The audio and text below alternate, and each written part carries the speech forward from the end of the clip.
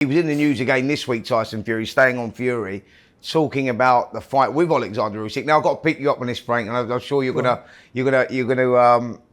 give me your answers to it as well. But he was in there saying that Alexander Usyk, one, was an easy fight. He couldn't believe how easy it actually was, and he was having fun in there. Obviously, he can't wait to get in there. He said, apart from round 9, he thought he won the fight easily. I don't think he won the fight easily. I thought he just nicked him. It was a close fight. It was a fight of two halves for me, and I thought there was parts of that fight. Certainly before he got caught on the nose. I think it was in the 8th round. That's when he lost his focus completely. But I think there's a couple of times in there, certainly going back when he was going back in the 7th, at the end of that 7th round, where he was catching him quite easy with that uppercut and jab. He was catching him quite easy with it. But look, it is what it is. He felt he was being told that he was winning the fight. I thought it was very close.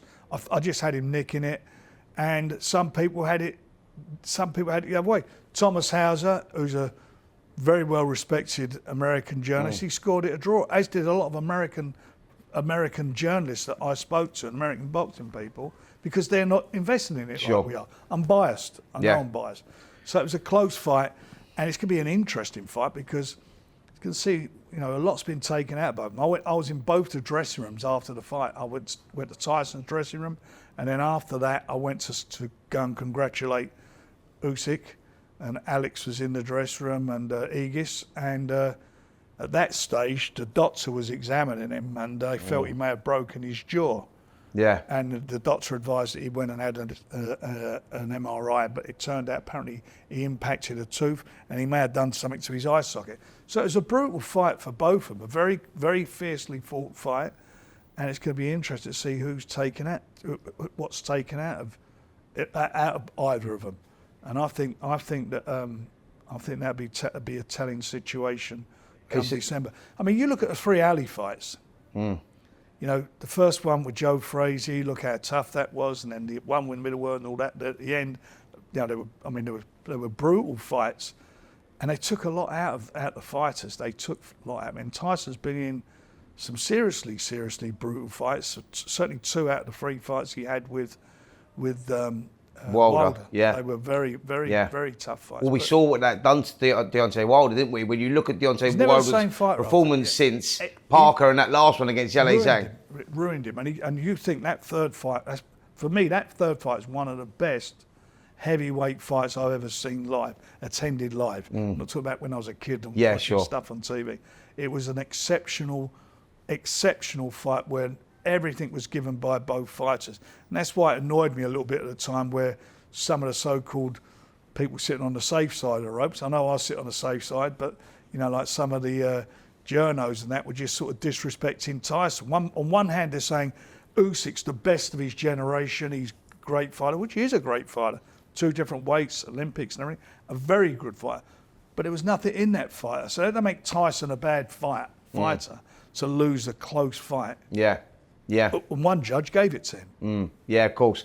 Now, I saw that actually, it was about a month ago, wasn't it? Yourself and Simon had that infamous debate on Tyson Fury and his bipolar, etc., coming up on talkSPORT. I don't get it. I mean, he just dismisses bipolar like it's nothing. And the reason I'm so passionate about it is because my younger brother committed suicide. Right. He had, he was schizophrenic, and he may have been bipolar as well. That is a bad place for anybody to be, where you're in a situation where to get that pain that's in your head, the only way to stop that pain is to kill yourself. Yeah. And Tyson was at that stage as well, when he has been well documented in the past, and he's diagnosed and that. So to just dismiss something that he says when, immediately after a fight he said something, or, which, and if you look at the symptoms, and I'm banging on about it again, you go on to NHS. Go and look at all the symptoms of someone who's bipolar. They'll say things that wouldn't be expected, or might be sometimes maybe a bit outrageous. That may be the case. My brother says things sometimes. Yeah. And it's not something you just dismiss. It's mental illness. It used to be called manic depression, and they now call it bipolar. It's a terrible, terrible mental illness, and he's been a champion for mental illness. And what I was trying to say, and unfortunately, listen, Simon, I've got a lot of time for Simon. Unfortunately with Simon, his opinion is the only one that matters. He's got it in his head and that's it. And I was trying to explain what was happening with Tyson, where, for example, where he was going to retire. He woke up in the morning and said, I'm retiring. That's his prerogative. You want to get up in the morning and retire. After 3 months, you think, screw this. I don't want to be putting the bins out anymore and taking the kids to school. I'm going to go back into the fight game. That's his prerogative. But you know that, I'd much rather he does that now than retire and come back 3 or 4 years' time. with their mood swings, Frank, would that be down to the bipolar with Tyson Fury? Because he's so unpredictable, isn't he? Like, we never know what he's going to say, what he's going to do. I think, I know, sorry, I'm interrupting you. Yeah, that's I fine. hear what you're saying, Spence, on that, but it's not like that. I talk to him a lot, spent a lot of time. It's not some nutcase who goes, oh, this, and going all over the place. He's a very, very, very intelligent person. And he'll say things, and sometimes he'll say something that is a symptom of being. It's not an excuse. I'm not making. Yeah.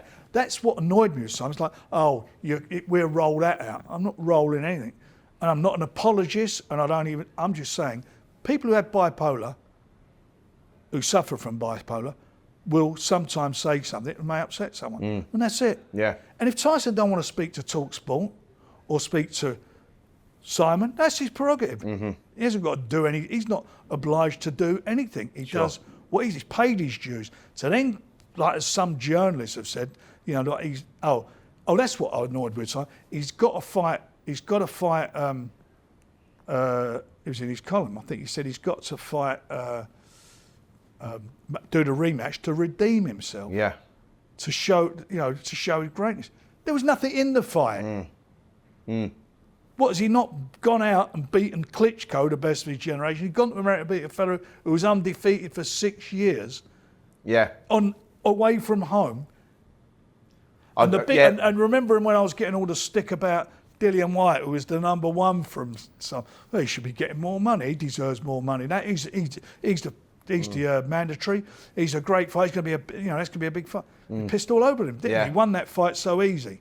I think what he was going on about Simon with that rematch with Alexander Usyk, he was saying to me basically, look, for as legacy, when you're talking about legacies and modern eras, for Fury to go back and box Alexander Usyk again seemed the obvious thing to do as opposed to fighting someone like Anthony Joshua. It's his first loss. Yeah, absolutely. So he lost one fight.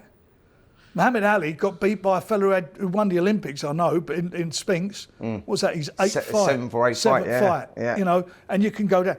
Lennox Lewis, who's one of the greats, got beat by Oliver McCall, Frank Bruno got beat by Hasim Rahman. Yeah. Both those fighters I had an involvement with at the time when we made those fights. He's a great fighter, reversed the decision. Don't make him a bad fighter. But I'll tell you what, Hasim Rahman and Oliver McCall fights, both those fights weren't as close as Usyk and Tyson. Yeah. Muhammad Ali against Spinks wasn't close as Usyk and Tyson. Who made the decision, by the way, to go straight back into the immediate rematch? It was already mandated before the fight. Okay. When the fight was made between the two guys, it was that the winner could call for a rematch if he wished to do so. Right. And that was it. And he called for it in the ring. Does he change his camp going into this one now? I mean, there's been a lot of talk about that. He's got a way to go yet. I mean, there's a few things that I'm sure will get worked on. Tyson's no fool. He's a very, very smart operator. He knows his boxing inside out, and he'll do the right thing. He's not some young kid. He's 35, 36 years of age now. How many times do we see him in a ring again, Frank? Do you reckon? Tyson Fury, I mean, not the big a lot, fight. I hope. He's going to hate me saying this. Not a lot, I hope. Yeah.